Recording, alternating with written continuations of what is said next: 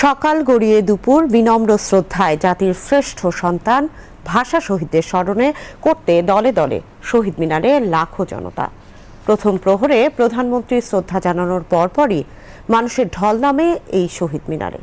এরপর থেকেই ফুল হাতে খালি পায়ে শহীদ ভাইদের স্মৃতিতে শ্রদ্ধা জানাতে দলমত নির্বিশেষে সকলের এই শ্রদ্ধা জ্ঞাপন।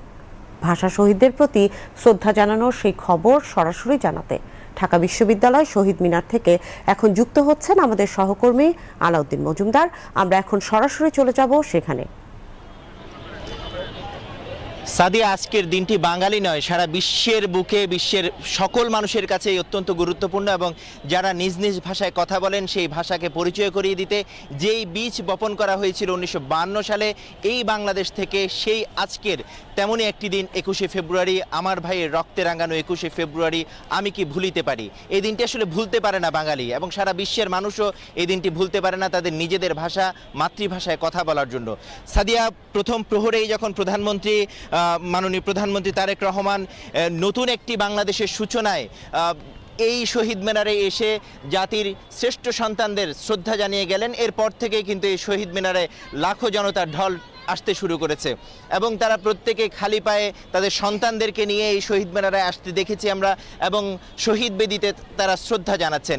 এটি শুধু একটি, যদি আপনাকে বলি সাদিয়া, ইট পাথরেরই একটি বেদি নয় এখানে দাঁড়িয়ে আছে, সেটি আসলে বাঙালির মনে করিয়ে দেয় ভাষার জন্য যুদ্ধ করেছে এবং প্রত্যেক ক্লান্তি লগ্নে বাঙালির শ্রেষ্ঠ সন্তানরা ঝাঁপিয়ে পড়ে এবং তার সূচনাই হয়েছিল সেই ভাষা আন্দোলনের মধ্য দিয়ে। এবং একেবারেই সকাল থেকে শুরু করে এখন মধ্য দুপুর, তখনও কিন্তু প্রত্যেকেই দলে দলে এখানে আসছেন, তাদের সন্তানদেরকে নিয়ে আসছেন, সপরিবারে আসছেন এবং তারা মনে করিয়ে দিচ্ছেন বাংলা ভাষার কোনোভাবেই অবমাননা নয়, এটি পুরো বিশ্বের বুকে এই ভাষা দিয়ে মানুষ চেনে এবং মাতৃভাষার জন্য যে যুদ্ধ করেছিল তার ইতিহাস কিন্তু এখান থেকে রচিত হয়েছে। অনেকেই তাদের সন্তানদেরকে নিয়ে এসেছেন। আমরা সাদিয়া কিছু মানুষের কথা শুনি, তারা কেন সন্তানদেরকে নিয়ে এলেন। আপনি আসলে এই মধ্য দুপুরে সন্তানদেরকে নিয়ে এখানে কেন এলেন? আমি চেয়েছি যে আমার বাচ্চারা জানুক এই দেশের কিছু তরুণ, কিছু যুবক, কিছু মানুষ ভাষার জন্য জীবন দিয়েছে, তারা দেশের জন্য জীবন দিতে পারে। ভবিষ্যতে যদি প্রয়োজন হয় আমার বাচ্চারা বা তার পরবর্তী প্রজন্ম তারাও দেশের প্রয়োজনে দাঁড়াবে, দেশের প্রয়োজনে যে কোনো সিদ্ধান্ত নিতে তারা পারবে। এই জন্য আমি চেয়েছি তারা শিখুক, তারা জানুক, দেশের ঐতিহ্য জানুক, দেশের সংস্কৃতি জানুক, দেশের হিস্ট্রি জানুক। এই জন্য আমি চেয়েছি তারা আসুক। মূলত এই জন্য মাতৃভাষা সম্পর্কে আসলে জানানোর জন্য তারা তার সন্তানদেরকে নিয়ে এসেছেন, ইতিহাস জানানোর জন্য। এবং এই দিনটিকে নিয়ে বাঙালির আসলে শ্রদ্ধার জায়গা থেকে আসলে অনেকেই অনেক রকম উন্মাদনা থাকে, তারা শ্রদ্ধা জানান। এবং আমি এখানে এসে দেখেছি যে কিছু মানুষ আসলে নিজের স্বরচিত কবিতা পড়ছে। সাদিয়া, কয়েকটা পংক্তি তাদেরকে শোনাই আপনাদেরকে একটু। আপনার আসসালামু আলাইকুম। আমি কবিতা লিখেছি, কবিতার শিরোনাম ভাষা দিবস। মাতৃভাষা হৃদয়ের ভাষা, দোলা দেয় মনে প্রাণে, মায়ের ভাষায় স্বপ্ন আশা পূর্ণ হয় সর্বস্থানে। মাতৃভাষার মর্যাদা পেতে রক্ত ঝরাতে হয়েছে, সে ব্যথা এখনও হৃদয়েতে সদা জাগ্রত রয়েছে। মাতৃভাষা লাখো শহীদের আত্মাহুতির ফসল, সম্ভ্রম হারানো মা বোনের দীপ্ত সে মনোবল। সাদিয়া, শুনলেন আপনি আসলে এখানে কতটা আবেগ জড়িয়ে থাকে এই ভাষার প্রতি এবং এই দেশের প্রতি। সকাল সেই প্রথম প্রহর থেকে শুরু করে এখন পর্যন্ত কিন্তু মানুষ শ্রদ্ধা জানাতে আসছে।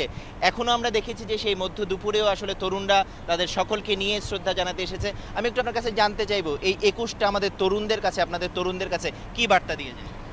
আমরা শত শহীদের বিনিময়ে যে ভাষা আমরা অর্জন করেছি, কথা বলার অধিকার পেয়েছি, এই কথা বলার অধিকারটা আমরা মাঝে মাঝে হারিয়ে ফেলি। আমরা যেন এই ভাষাটা, কথা বলার অধিকার যেন না হারাই, এটা আমাদের প্রত্যাশা থাকবে আগামী। বাংলাদেশকে এগিয়ে নিয়ে যেতে কি আপনারা ঐক্যবদ্ধ হবেন তরুণরা? জি, অবশ্যই আমরা ঐক্যবদ্ধ হয়েছি বিধায় নতুন একটা বাংলাদেশে আমরা সূচনা করতে পেরেছি। আর সাদিয়া, যেমনটি বললেন, তারা আসলে ভাষার মধ্য দিয়ে, ভাষা আন্দোলনের মধ্য দিয়ে 52-এর তরুণরা একত্রিত হয়েছিল, 71 এসেছে, 24 এসেছে এবং সেই পরিবর্তিত বাংলাদেশের নতুন অগ্রযাত্রায় বাংলাদেশ এগিয়ে যাচ্ছে। এবং আজকের এই 21শে ফেব্রুয়ারিটা আরও বেশি তাৎপর্যপূর্ণ এবং এই শহীদ মিনারে এসে তরুণ থেকে শুরু করে প্রত্যেক বাঙালি এসে আসলে অনুপ্রেরণার জায়গা খুঁজে পান এবং তারা আগামীর পথ চলায় এই মাতৃভূমিকে ভাষার সাথে সাথে এই মাতৃভূমিকে এগিয়ে নিয়ে যাওয়ার জন্য এবং তাদের ভালোবাসার বহিঃপ্রকাশগুলি ঘটানোর জন্যই কিন্তু সাদিয়া আজকে দলে দলে এখন পর্যন্ত মানুষ এখানে আসেন রমজানের সময়। তবে তবুও এখানে অন্য কোনো নেতাকর্মী বা অন্য কেউ না থাকলেও এখানে তারা কিন্তু শ্রদ্ধা জানাতে, ভাষা শহীদদের প্রতি শ্রদ্ধা জানাতে তারা এখানে একত্রিত হচ্ছেন। সাদিয়া এটিই মনে করিয়ে দেয় যে আমাদের সকল ক্লান্তি লগ্নে জাতির সন্তানদেরকে আসলে যারা আমাদেরকে দিয়ে গেছে তাদের অনুপ্রেরণায় অনুপ্রেরিত হয়ে বাংলাদেশ আবারও এগিয়ে যাবে, এই প্রত্যাশা নিয়ে সকলে এখানে আসছেন। এবং শহীদ মিনার থেকে আমার কাছে এখন পর্যন্ত আসলে সাদিয়া এখন ছিল সর্বশেষ। অন্য সংবাদে আবারও যুক্ত হব সাদিয়া। এখন চলে যাব স্টুডিওতে আপনার কাছে। ধন্যবাদ আলাউদ্দিন আপনাকে। দর্শক, ঢাকা বিশ্ববিদ্যালয়ের শহীদ মিনার এলাকা থেকে যুক্ত হয়েছিলেন আমাদের সহকর্মী আলাউদ্দিন মজুমদার।